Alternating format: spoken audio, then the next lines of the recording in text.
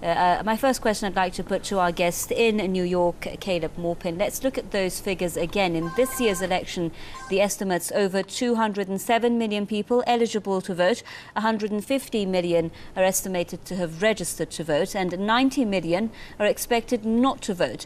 But what is the reason for this decision? Well, why should they vote? It's very apparent to many people that these elections are a sham.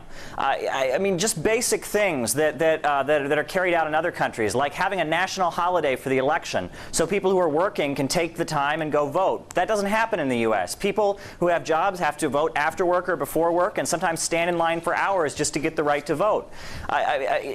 Just other things. For any party that's not the Democrats or the Republicans to even get on the ballot and have a chance, they have to go through all kinds of legal hurdles.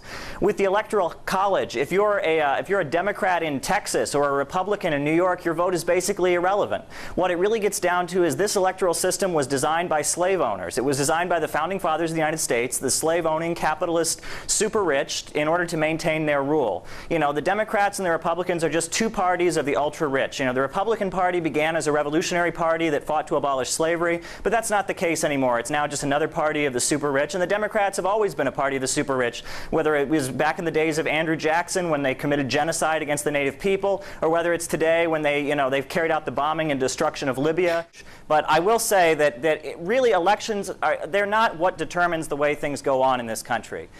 It's in the streets that makes a difference. The discourse in this country was changed by the fact that workers all throughout this country, Occupy Wall Street activists have gone out into the streets and made a difference. The elections are just a fraud. It's a way to give consent to the repression we all endure. Real democracy would be something like they had in Libya before it was bombed and destroyed by NATO, where popular committees actually made the decisions.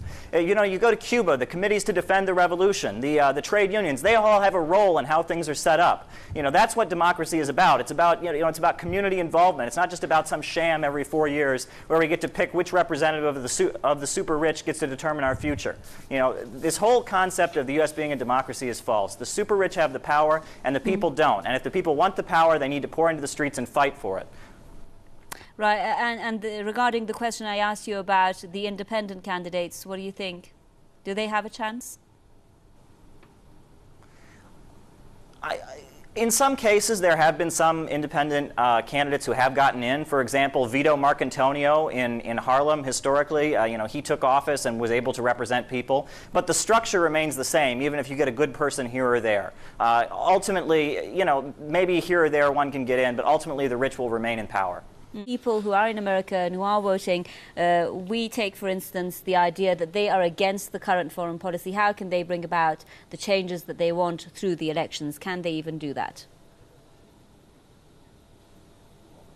No, they can't, because both candidates are in favor of continuing wars and repression. One of the most sickening moments in this whole election campaign was when, during the vice presidential debate, Joe Biden bragged about how he was crippling Iran with sanctions. And then Paul Ryan said, no, you're not crippling them. And Joe Biden said, oh, yes, we are. Yes, we are. We are. And the idea that it was wrong for the U.S. to harm the Iranian people was never allowed to be part of the discourse. All of the debate on foreign policy starts with the premise that the U.S. is this great democratic power that acts out of the goodness of its heart, helping other people. But that's not false. You can ask the people in Libya who've had their homes destroyed after having the highest life expectancy in Africa. You can ask the people of Iraq who've had their country destroyed.